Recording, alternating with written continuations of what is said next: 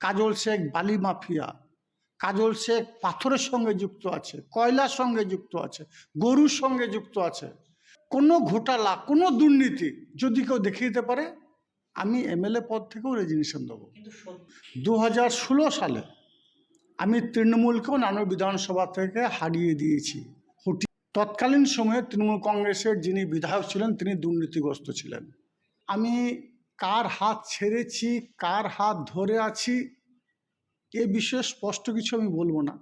যারা দিদির আগে পিছিয়ে ছিল তারা কোথায়? আমি তো একজন কর্মী মাত্র। সবগুলোকে ওখানে তেরে বাসাপাড়া বাজার থেকে বের করে দিতে পারতাম। যদি বাসাপাড়া বাজারে বসে আমি চা খেতে বসি এবং আমার যারা সৈনিক আছে, সহযোদ্ধা আছে, সহকর্মীরা আছে, তাদেরকে একবার ডাকি, বিজেপির অস্তিত্ব থাকবে না। বেলা 12টার পরে যারা বিজেপি হয়েছে তারাই দেখুন রাস্তাঘাটে ছুটে বেড়াচ্ছে। হাসন বিধানসভা মানুষ 5 বছরের জন্য আমাকে দায়িত্ব দিয়েছে। আমি দায়িত্ব পালনে কিছুটা হলেও ব্যর্থ হয়েছি, এটা ঠিক। কারণ বর্তমান যে কাজল শেখকে আমি টিকিট দিলাম, কাজল শেখকে জেলা সভাধিপতি বানালাম, অথচ কাজল শেখ আমাদের কাছে একবারও এলো না। সে জায়গায় আমি একজন মুসলিম ঘরানা বা মুসলিম পরিবারে জন্ম নিয়েছি। অনেক নেতা মন্ত্রী ওই 11 জন শহীদেরকে ভর করে অনেক কিছু করে নিয়েছে, বড় বড় ভাষণ, বড় বড় ডায়লগ মারত। এখন কয়েকশো হাজার কোটি টাকা সম্পত্তি তাদের, একটি বারের জন্য তাদের মনেও হলো না যে শহীদ বেদিতে যাই। ডিম থেরাপি করলো, কি আমাকে দুটো ডিম ছিল, ওটা নিয়ে আমার কোনো দুঃখ নেই, কিন্তু আর প্রয়োজন বোধ করলো না, এটা আমার কাছে দুঃখের। আপনি দীর্ঘদিন ধরে রাজনীতি করছেন এই রাজ্যে তৃণমূল কংগ্রেস আসার আগে থেকে, তো দীর্ঘদিনের আপনার কি অভিজ্ঞতা, কি এমন হলো যে এত একটা শাসক দলে এইভাবে ভরাডুবি হলো? দেখুন, আমি রাজনীতি করছি 1993 সাল থেকে। তার প্রমাণ নানুর থানা, লাভপুর থানা, মঙ্গলকোট থানা, কেতুগ্রাম থানা, মতলব এই বিধানসভার আশেপাশে যে থানাগুলো আছে সেই থানাগুলোতে গিয়ে যদি আপনি একটু খোঁজাখুঁজি করেন তাহলে কেস যায় দেখলে বুঝতে পারবেন বাম জামানায় মিথ্যা মামলা আমার নামে যে দেওয়া হয়েছিল সেটা 1993 সাল থেকে শুরু হয়েছিল। স্বভাবতই তখন থেকে প্রত্যক্ষ বা পরোক্ষভাবে রাজনীতি করছি আমি বামফ্রন্টের বিরুদ্ধে। আমি অ্যাকচুয়ালি দক্ষিণপন্থী ঘরানায় আমার জন্ম। আমার দাদা শেখ শাহনওয়াজ কেতুগ্রাম বিধানসভা 3 বারের বিধায়কও ছিলেন। তৎকালীন সময়ে নানুরের বিভিন্ন প্রান্তে হিন্দু, মুসলমান, শিখ, খ্রিস্টান হিসাবে সমস্ত সম্প্রদায়ের মানুষের সঙ্গে আমার একটা নিত্য নৈমিত্তিক যোগাযোগ ছিল। 1998 সালে তৃণমূল কংগ্রেস দল আসার পরে প্রত্যক্ষভাবে তৃণমূল কংগ্রেসের সঙ্গে আমি জড়িয়ে পড়ি এবং রাজনীতির সঙ্গে বিভিন্ন জায়গায় আমার দাদার সঙ্গে গিয়ে আমি সক্রিয়ভাবে রাজনীতিতে অংশগ্রহণ করি। 2000 সালে 27শে জুলাই যখন নানুরের 11 জন খেতমজুরকে নিষ্ঠুর নির্মমভাবে হত্যা করা হয়েছিল খুঁচিয়ে খুঁচিয়ে, তাদের একটাই অপরাধ ছিল, তারা তখনকার দলনেত্রী জোড়াফুল চিহ্নে মাননীয় মুখ্যমন্ত্রী মাননীয় মমতা বন্দ্যোপাধ্যায়ের নেতৃত্বে তারা তৃণমূল কংগ্রেস দলটা করেছিল, সেই জন্য তাদের নিষ্ঠুর নির্মমভাবে হত্যা করা হয়েছিল।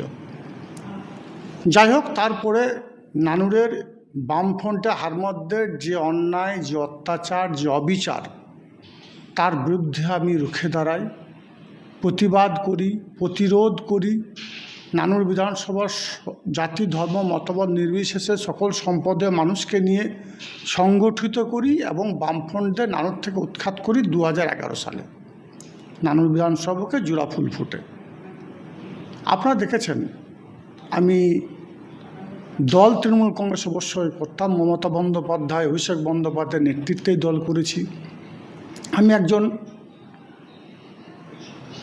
সৈনিক দলের লড়াকু সৈনিক হিসাবে সবসময় নিজেকে তুলে ধরার চেষ্টা করেছি। কোনো সময় দল আমাকে 2টো গ্রাম পঞ্চায়েত, কোনো সময় 1টা গ্রাম পঞ্চায়েত, যখন যে দায়িত্ব দিয়েছে তখন সেই দায়িত্ব সততা এবং নিষ্ঠার সঙ্গে পালন করেছি। 21শে নির্বাচনের কথা যদি বলেন, 21শে নির্বাচনে 4 কিলোগ্রাম গ্রাম পঞ্চায়েতের দায়িত্ব ছিল, বাকি কোথাও দায়িত্ব আমাকে দেওয়া হয়নি। সর্বত এই গ্রাম পঞ্চায়েত দায়িত্ব আমি পালন করেছি। 23শে নির্বাচনে অল ওভার বীরভূম ডিস্ট্রিক্টের যারা বিভিন্ন এরিয়ার যারা দক্ষ সংগঠক তাদেরকে নিয়ে মাননীয় মুখ্যমন্ত্রী মাননীয় মমতা বন্দ্যোপাধ্যায় একটা কোর কমিটি গঠন করে দিয়েছিলেন। সেই কোর কমিটিকে সঙ্গে নিয়ে আমরা চলেছি। অভাবনীয় রেজাল্ট হয়েছে। 24-এ নির্বাচনও দুটো লোকসভা কেন্দ্রে ভোট আমরা করেছি সকলে মিলিতভাবে আলোচনা সাপেক্ষে। অভূতপূর্ব রেজাল্ট হয়েছে। সবতে মানুষ ভেবেছে, কি কারণ আমার জানা নেই, যে পরিবর্তন দরকার। পরিবর্তন তারা করেছে, মানুষ লাইন দাঁড়িয়ে ভোট দিয়েছে, নিজের ভোট নিজেই দিয়েছে। বিপুল জনাদেশ নিয়ে বর্তমান রাজ্যে বিজেপি সরকার অধিষ্ঠিত হয়েছে। কিন্তু দিকে দিকে যে ধরনের দেখতে পাচ্ছি আমরা, কুসংস্কৃতি বলতে পারি এগুলোকে, লজ্জাজনক ঘটনা। ডিম ছোড়ার কথা বলছেন। ডিম ছোড়া থেকে শুরু করে বিভিন্ন ধরনের কার্যকলাপ, এগুলোকে বাংলা মানুষ মেনে নেবে না। 35 বছর বাম শাসনে অবসান হয়েছে, 15 বছর তৃণমূল সরকার চলে গেছে। বিজেপি যদি ভেবে নেয় আমরা চিরস্থায়ী কিন্তু কেউ নয়। মানুষ নিজের ভোট নিজে দেবে, গণতান্ত্রিক পদ্ধতিতে ভোট দিয়ে তাদের জনাদেশের ভিত্তিতেই রাজ্যের সরকারের গঠিত হয় বা প্রতিষ্ঠিত হয়। নানুর বিধানসভার বুকে এতদিন আমি রাজনীতি করছি।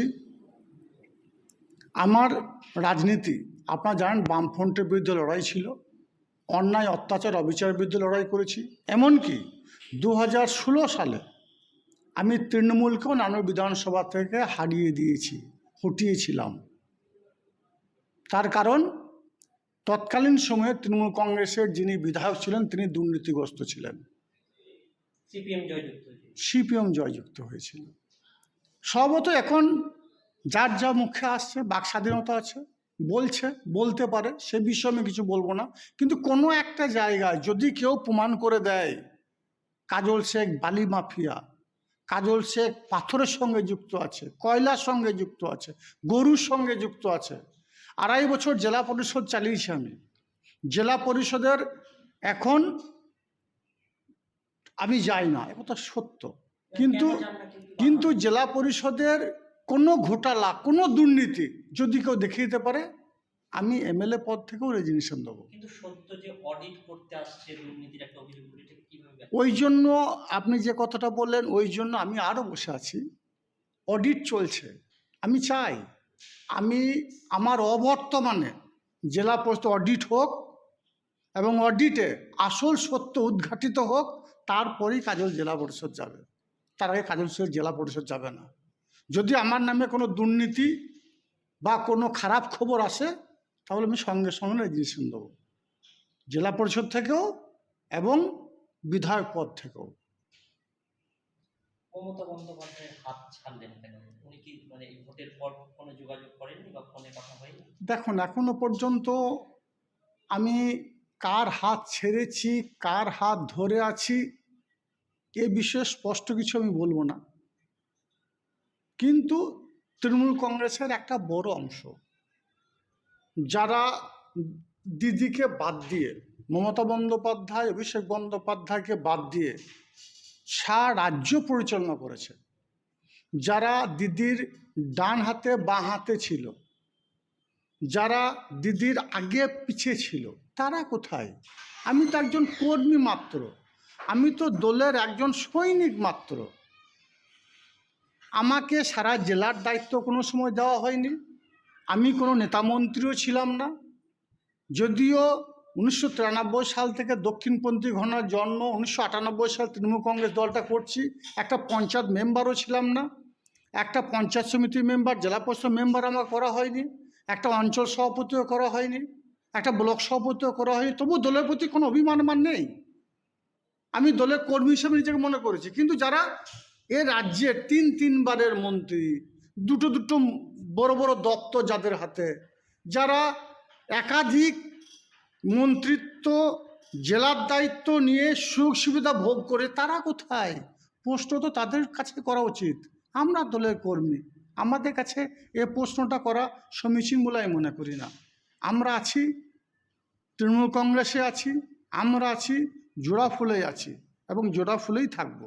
কাজল শেখ কোনদিন বিজেপি করতে যাবে না। কাজল শেখ নানুরের বুকে কাজল শেখের দাপট সবাই জানে, সর্বজন বিদিত। তো সেই জায়গায় আজকে আমরা ডিম ছুটতে দেখা গেল, তো কাজল শেখ তো চাইলে রুখে দাঁড়াতে পারলো, রুখে দাঁড়ালেন না। দেখুন, এটা হচ্ছে রাজনীতি। রাজনীতি অনেক সময় দু কদম পিছাতে হয়। ওখানে যারা ডিম থেরাপি যেটাকে বলছেন আমরা করছিল, 6 থেকে 8 জন ছিল। তাদের সোজা করে মাটিতে পা পড়ছিল না। মদ্যা এত তারা ড্রিঙ্ক করেছিল, তাদেরকে আমি একা ইচ্ছা করলেই সবগুলোকে ওখানে ধরাশায়ী করতে পারতাম, সবগুলোকে ওখানে তেড়ে বাসাপাড়া বাজার থেকে বের করে দিতে পারতাম। কারণ কাজল শেখ সেই কাজল শেখই আছে 2011 প্রাককালে যে কাজল শেখ ছিল। নানুরের বুকে এখনো জোর গলায় বলতে পারি, যদি বাসাপাড়া বাজারে বসে আমি চা খেতে বসি এবং আমার যারা সৈনিক আছে, সহযোদ্ধা আছে, সহকর্মীরা আছে, তাদেরকে একবার ডাকি, বিজেপির অস্তিত্ব থাকবে না। আমি যদি একবার খুজিটিপাড়া বাজারে বসি, ওখানে আমার যারা সহযোদ্ধা সহকর্মীরা আছে, তাদেরকে নিয়ে যদি একবার বসে চা খাই বাজারে, বিজেপির অস্তিত্ব থাকবে না। সর্বতই নানুরে তৃণমূল কংগ্রেস ছিল, তৃণমূল কংগ্রেস আছে, তৃণমূল কংগ্রেসই থাকবে। এখন যারা বিজেপির ঝান্ডা নিয়ে ঘুরে বেড়াচ্ছে, আপনারাই বলুন না, এই যে নির্বাচন হলো 2026 নির্বাচনে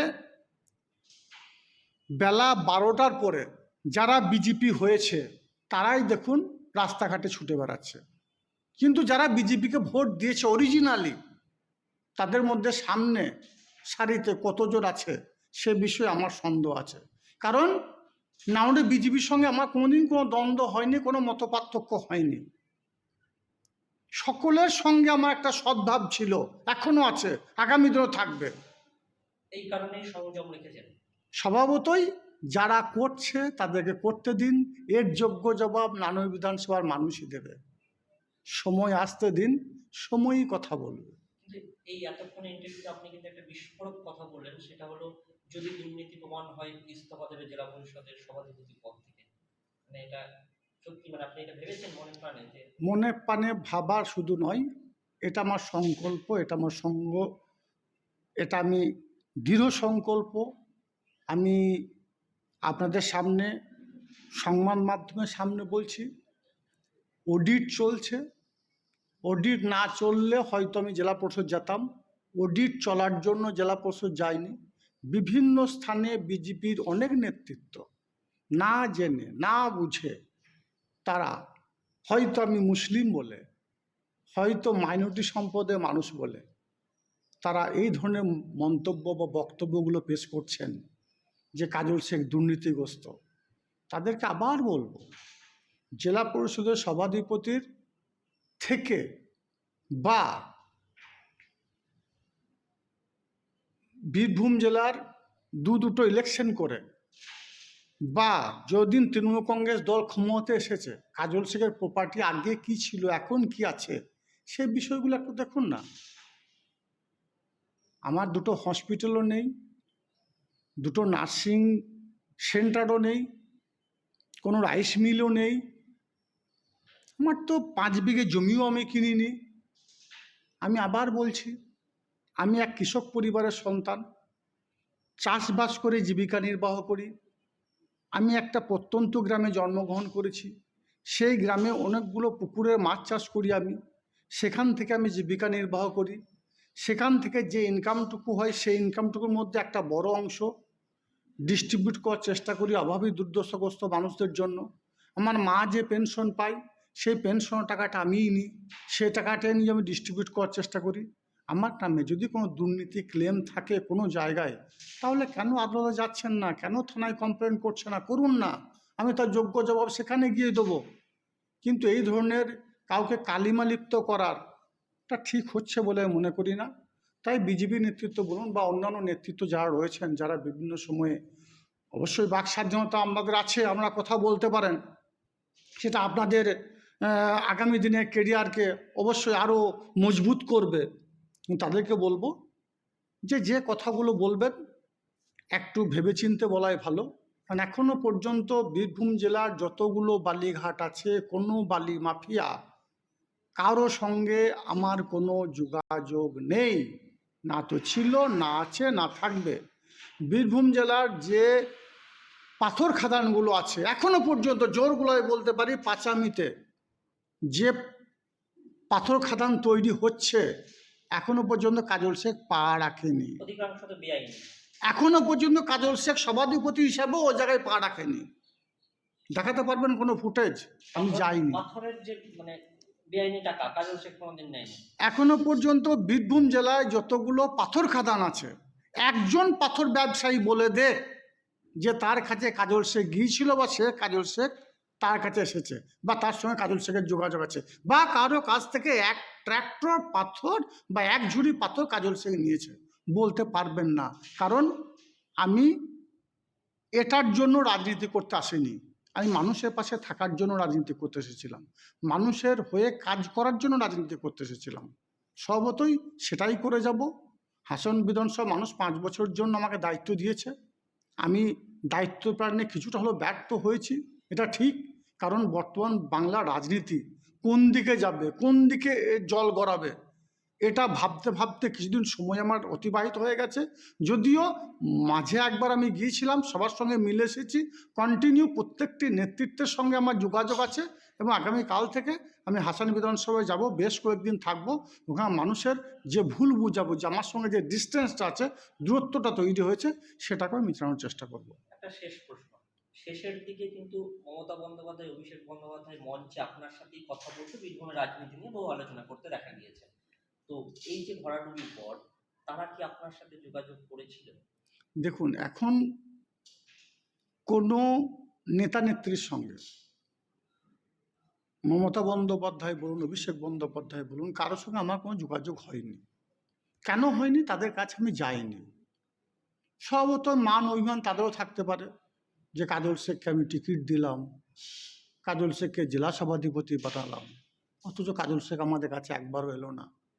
আমি যাইনি, তার কারণ বাংলার যে রাজনীতি, সেই রাজনীতি পর্যালোচনা করলে আপনারা বুঝতে পারবেন, যারা মমতা বন্দ্যোপাধ্যায়ের, আবার বলছি, আশেপাশে ডাইনে বাঁয়ে আগে পিছনে যারা ছিল, তাদের মধ্যে একজনকেও যেতে আমি দেখতে পাচ্ছি না। স্বভাবতই আমি একজন কর্মী হয়ে সেখানে যাব। তাছাড়াও বাংলায় যে রাজনীতি বর্তমানে হিন্দু মুসলমান দুভাগে ডিভাইড হওয়ার পথে, সে জায়গায় আমি একজন মুসলিম ঘরানা বা মুসলিম পরিবারে জন্ম নিয়েছি।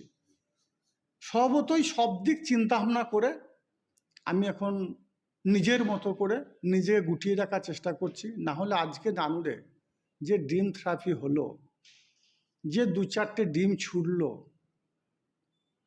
আমার কাছে 5 মিনিটে খোরা করা নয়। পাল্টা কি দিতে? অবশ্যই আমার শুধু ইশারাই কাফি ছিল। ওখানে যারা দাঁড়িয়েছিল, ওই 4-5 জন বাদ দিয়ে সব লোকগুলোই আমার সঙ্গে ছিল, কিন্তু আমি তাদের সকলকে নিষেধ করেছিলাম যে যেহেতু বীরভূম পুলিশ প্রশাসনের প্রতি আমার আস্থা আছে, বিশ্বাস আছে, ভরসা আছে, প্রশাসনের নির্দেশে আমি ওখানে গিয়েছি। প্রশাসনকে রিকোয়েস্ট করেছিলাম যে আজকে 27শে জুলাই আমার যাওয়ার প্রয়োজন আছে, কারণ জানি বীরভূম জেলার অনেক নেতা মন্ত্রী ওই 11 জন শহীদেরকে ভর করে অনেক কিছু করে নিয়েছে, বড় বড় ভাষণ, বড় বড় ডায়লগ মারত, চাকরি দুর্নীতি হতো। তাদের কিছুই ছিল না। এখন কয়েকশো হাজার কোটি টাকা সম্পত্তি তাদের, একটি বারের জন্য তাদের মনেও হলো না যে শহীদ বেদিতে যাই, তাদের আত্মার শান্তি কামনা করার জন্য যাই, তাদের পরিবারগুলোকে ডেকে একবার সমবেদনা জানাই, একজন নেতারও মনে হলো না। দুঃখ আমার এটাই, কে ডিম থেরাপি করলো, কে আমাকে দুটো ডিম ছিঁড়লো, ওটা নিয়ে আমার কোনো দুঃখ নেই। কিন্তু আজ সারা দিনটা অতিবাহিত হয়ে গেল, বীরভূম জেলার তৃণমূল কংগ্রেস দলটা অনেকে বড় বড় ভাষণ, বড় বড় ডায়লগ, বড় বড় নেতা, বড় বড় মন্ত্রী, অনেক অনেক অনেক কিছু, 4টা গাড়ি 6টা 8টা করে রয়েছে, তাদের ছেলেরাও সব চাকরি করে, তাদের খানদানে 14 গোষ্ঠী সব চাকরি করছে, অথচ আজকে শহীদ পরিবারের পাশে গিয়ে দাঁড়ানো, শহীদ বেদিতে মাল্যদান করা, শহীদ পরিবারগুলোকে একবার ফোন করে জিজ্ঞাসা করার প্রয়োজন বোধ করলো না, এটা আমার কাছে দুঃখের আজকের দিনে।